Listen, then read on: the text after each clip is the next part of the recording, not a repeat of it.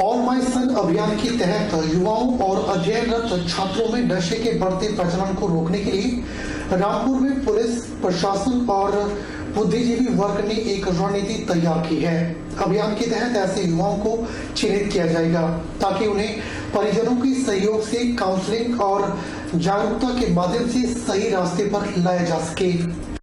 All my सन नाम से नशे की प्रवृत्ति को रोकने के लिए प्रशासन के द्वारा अभियान चलाया जाएगा, जिसमें पुलिस पब्लिक पार्टनरशिप के तहत प्रशासन, पुलिस और बुद्धिजीवी वर्ग की भागीदारी सुनिश्चित होगी। इस दौरान स्कूलों और अन्य क्षेत्रों के नशे की लत में पड़े युवाओं का पता लगाया जाएगा ताकि उन्हें चिन्हित कर सही रास्ते पर लाने के लिए परिवार के सहयोग से काउंसलिंग के साथ साथ मूल उद्देश्य की ओर अग्रसर किया जा सके। रामपुर बुशहर में एसडीएम रामपुर सुरेंद्र मोहन की अध्यक्षता में पुलिस व क्षेत्र के बुद्धिजीवी लोगों और विभिन्न स्कूलों के प्रधानाचार्यों की एक बैठक आयोजित हुई, जिसमें भविष्य की रणनीति पर चर्चा हुई। इस दौरान रामपुर शहर की ट्रैफिक व्यवस्था को सुव्यवस्थित करने और दुर्घटना न हो, इस बारे में क्या क्या कदम उठाए जा सकते हैं, इस पर मंथन हुआ। एसडीएम रामपुर सुरेंद्र मोहन और डीएसपी रामपुर चंद्रशेखर ने बताया कि आज युवाओं को समय रहते सही रास्ते पर लाने की आवश्यकता है। इसके लिए विभिन्न स्तरों पर जन सहयोग से काउंसलिंग की जाएगी ताकि नशे की प्रवृत्ति युवाओं में न पनपे।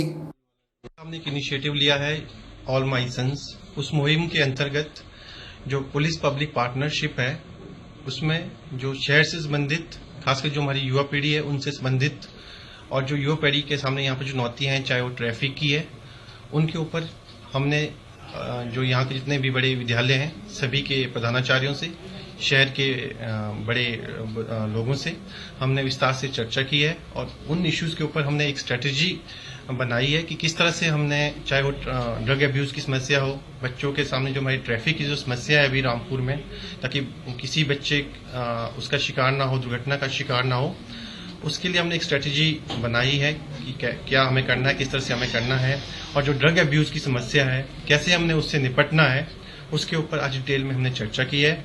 और हमारी ये कोशिश है कि सभी के सहयोग से, सभी के प्रयासों से जो यहाँ का बच्चा है वो नशे से दूर रहे और उसके माता पिता तक हम पहुँचें, और जो ऐसा एक पर्टिकुलर ग्रुप है, जो बच्चे हैं जो नशे के शिकार हो रहे हैं, उनको हम आइडेंटिफाई करके उनके पेरेंट्स की काउंसलिंग, बच्चों की काउंसलिंग करके उनको नशे से दूर करके उनको कैरियर की ओर, उनके जो उनका एम्बिशन है उसकी ओर आगे लेके जाएं। शिमला जिला की नोगीधार का एक वीडियो सोशल मीडिया पर वायरल हो रहा है, जिसमें कहासुनी के दौरान एक व्यक्ति ने आवेश में आकर महिला पर कुल्हाड़ी से जानलेवा हमला कर दिया और इस घटना का वीडियो सोशल मीडिया पर वायरल हो रहा है।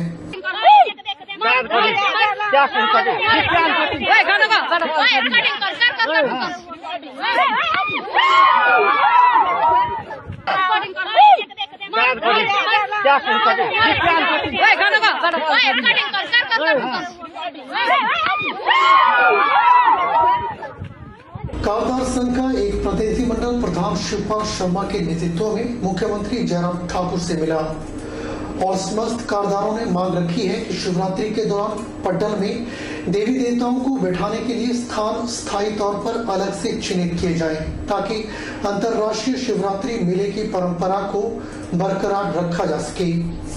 कारदार संघ का कहना है कि कॉलेज के मैदान में हर वर्ष कोई ना कोई समस्या आती रहती है, जैसे कभी उच्च न्यायालय के द्वारा आदेश हो जाते हैं कि जहां शिक्षा संस्थान है वहां पर कोई भी सांस्कृतिक गतिविधि आयोजित नहीं की जाएगी। इसके अतिरिक्त इस वर्ष कॉलेज के मैदान में प्रशासनिक भवन का निर्माण किया जा रहा है, जिससे 30-35 देवी देवताओं को बैठने के लिए जगह का अभाव हुआ है।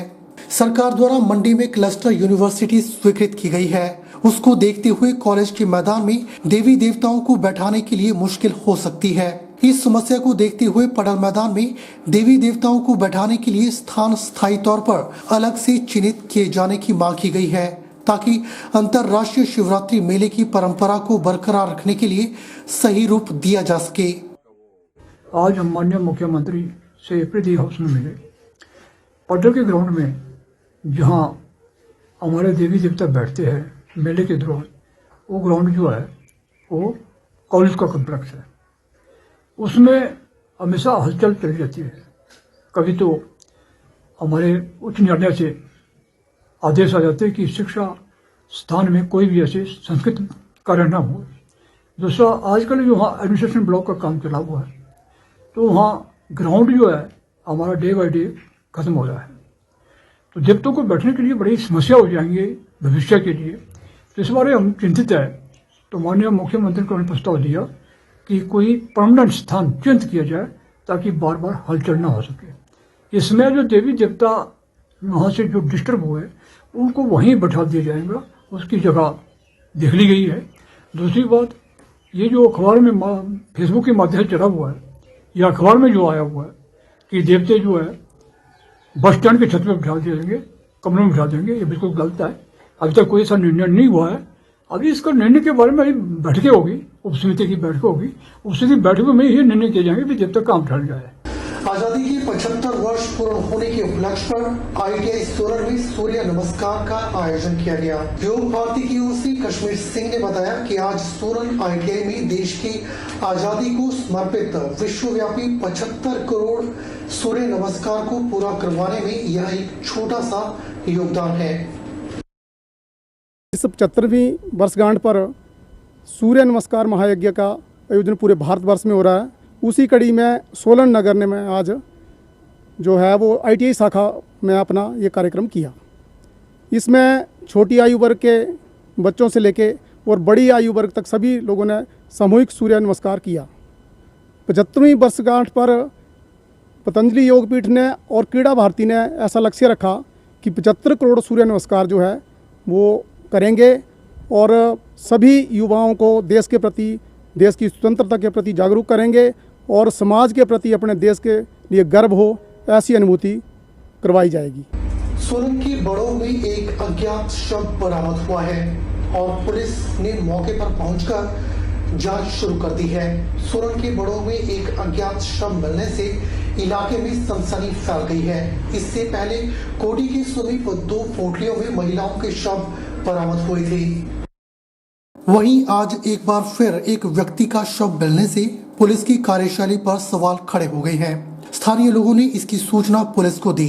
पुलिस ने मौके पर पहुंचकर कार्यवाही शुरू कर दी है। बताया जा रहा है कि मृतक के कपड़े शव से कुछ ही दूरी पर पड़े हुए मिले हैं। अब यह जांच का विषय है कि यह व्यक्ति कौन है और कहां से आ रहा था और किन कारणों से इस व्यक्ति की मौत हुई है। हालांकि 2 दिन पहले इलाके में बर्फबारी हुई थी। ऐसे में इस तरह से शव मिलना कई सवाल खड़े करता है। कयास यह भी लगाए जा रहे हैं कि यह शव किसी नेपाली मूल का भी हो सकता है।